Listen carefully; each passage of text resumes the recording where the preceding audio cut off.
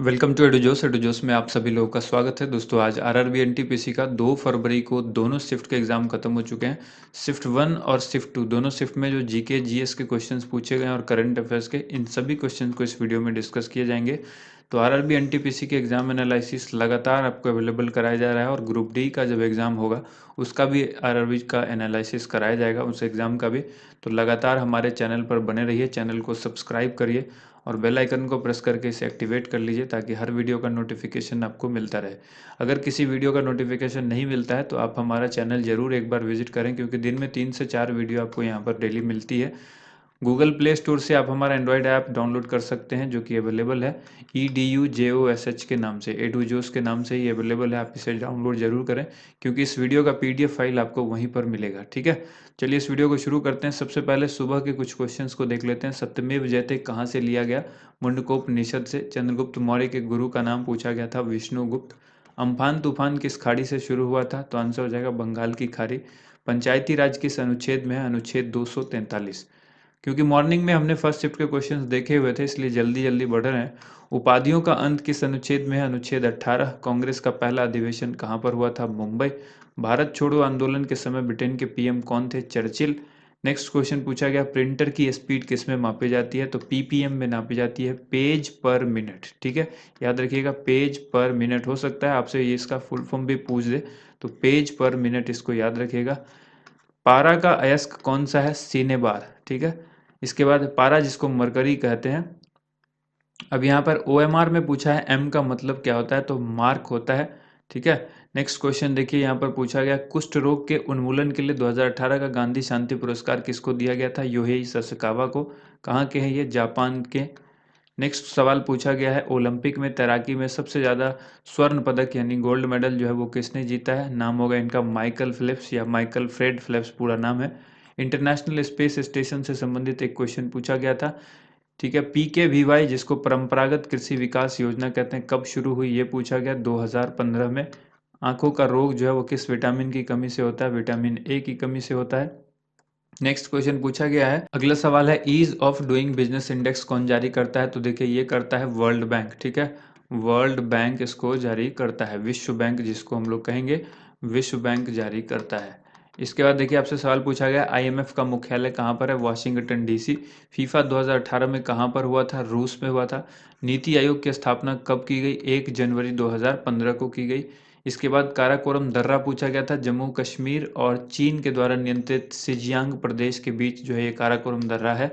इसके बाद है हॉर्नबिल फेस्टिवल कहाँ पर मनाया जाता है? किस राज्य में? नागालैंड का ये प्रमुख त्यौहार है, हर साल यहाँ पर मनाया जाता है।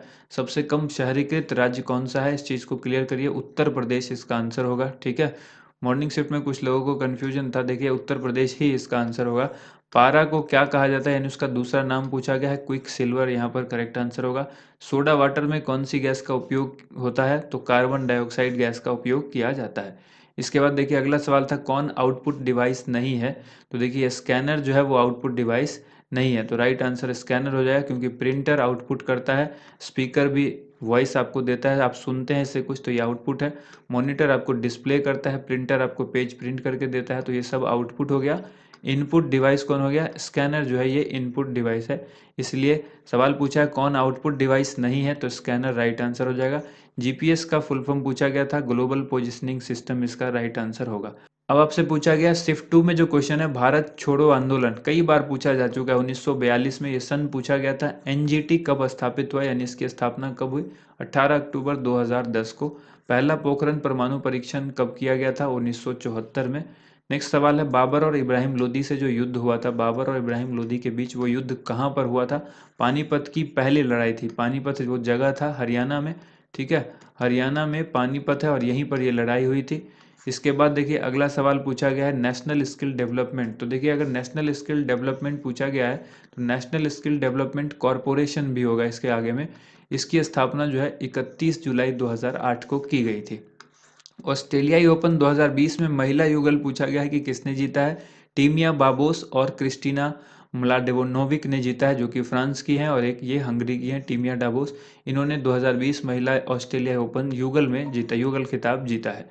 इसके बाद देखिए अगला सवाल पूछा गया है, मताधिकार किस अनुच्छेद से हमें प्राप्त है? तो मताधिकार जो है हमें अनुच्छेद 325 व 326 से प्राप्त है। अगला सवाल पूछा गया है आपसे, दुनिया का सबसे बड़ा जो जलप्रपात है वो कौन सा है? एंजल जलप्रपात। नेक्स्ट क्वेश्चन पूछा गया है, विश्व की सबसे लंबी नदी कौन सी है? तो ये देखिए रिपीटेड क्वेश्चन है, कई बार पूछा जा चुका है ये अब तक।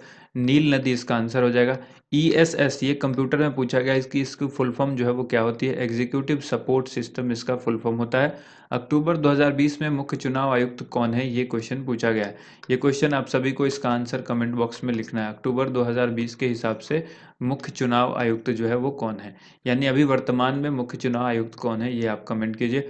मुद्रा योजना में किशोरों के लिए जो है वो कितना लोन मिलता है, ये शायद क्वेश्चन पूछा गया है। मुद्रा योजना में जो किशोरों को लोन मिलता है वो रकम पूछी गई है कि मुद्रा योजना के अंतर्गत जो लोन की रकम है वो कितनी निर्धारित की गई है। तो देखिए मुद्रा योजना में जो शिशु लोन 3 तरह का लोन होता है। शिशु लोन वो 50,000 रुपये तक होता है शिशु लोन, और जो किशोर लोन है वो 50,000 से लेकर यानी 50K से लेकर 5 लाख तक होता है, और इससे ऊपर जो होता है वो तरुण लोन होता है। ठीक है, तो उसकी जो लिमिट है वो 5 लाख से लेकर के 10 लाख तक होती है।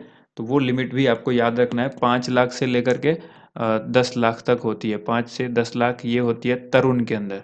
ठीक है, किशोर में आपको बता दिया हमने, ये किशोर है। किशोर इसमें 50,000 से 5 लाख तक, और ये 50,000 जो है ये है शिशु लोन। ठीक है, 3 तरह की मुद्रा योजनाओं में लोन दिए जाते हैं।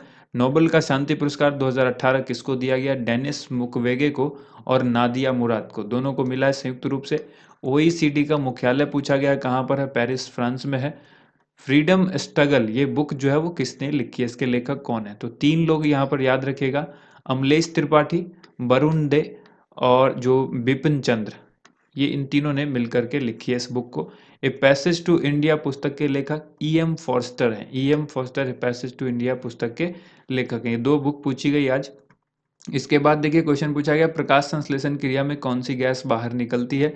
तो ऑक्सीजन गैस बाहर आती है। ठीक है, और CO2 का वो इस्तेमाल करता है पेड़ पौधा, तभी वो प्रकाश संश्लेषण कर पाता है, ऑक्सीजन गैस को निकालता है। इसके बाद है सैनिक विद्रोह कब हुआ था? ये पूछा गया, 1857 में हुआ था। भारतीय संविधान कितने, ये देखिए यही सिपाही विद्रोह भी है, इसी को सैनिक विद्रोह भी कहा जाता है, 1857 की क्रांति भी कहा जाता है। ये सब एक ही नाम से, इसको अलग अलग नाम से 3-4 बार अब तक जो है वो सवाल पूछे जा चुके हैं। भारतीय संविधान कितने दिन में बनकर तैयार हुआ था? 2 साल 11 महीने 18 दिन। नेक्स्ट जो सवाल पूछा गया, सूरत की 17 साल की एक लड़की जो संयुक्त राष्ट्र के UNEP की एम्बेसडर बनी, तो इसका नाम है खुशी चिंदालिया। खुशी चिंदलिया सूरत की है, ये 17 साल इनकी उम्र है, इनको संयुक्त राष्ट्र के UNEP की एम्बेसडर बनाया गया। पंडित दीनदयाल उपाध्याय दिव्यांगजन इंस्टीट्यूट कब बनाया गया था? 1976 में। और इनमें से कौन महारत्न कंपनी नहीं है? ये क्वेश्चन पूछा गया, महारत्न कंपनी। तो देखिए ऑप्शन यहाँ पर नहीं है, सभी महारत्न कंपनी को एक बार आप देख लीजिए। नेक्स्ट क्वेश्चन है, 1991 के टैक्स रिफॉर्म के चेयरमैन कौन थे? तो ये थे राजा जेसुदोस चेलिया। ठीक है, राजा चेलिया के नाम से ये फेमस है, राजा चेलिया आप याद रखिए। अमीर खुसरो का जन्म कहाँ पर हुआ था? पतियाली एक जगह है कासगंज उत्तर प्रदेश के अंदर, यहीं इनका जन्म हुआ था। झेलम का युद्ध में कौन जीता था? तो झेलम का जो युद्ध हुआ था इसमें सिकंदर जीता था। सिकंदर ने पोरस को हराया था। किसको हराया था? पोरस को हराया था। इसके बाद देखिए अगला सवाल यहाँ पर है, काजीरंगा किसके लिए जाना जाता है? ये सवाल भी रिपीट हुआ है। काजीरंगा जो है एक सींग वाले गेंडे के लिए प्रसिद्ध है। ठीक है, पहले पूछा गया था एक सींग वाला गेंडा किसके के लिए जो प्रसिद्ध है वो कौन सा है? तो आंसर काजीरंगा। अब इसको ठीक उलट के पूछा गया है। ठीक है, इसके बाद एक सवाल और पूछा गया था, कोई हिरन का नाम दिया गया था कि वो पूछा गया था कि उसमें किस राज्य में वो हिरन जो है वो पाई जाती है। तो अगर आपको नाम याद है कि कौन सी हिरन थी तो कमेंट ज़रूर कीजिएगा। ठीक है, उसके बेस पर आपको इस क्वेश्चन को फिर ठीक कर दिया जाएगा।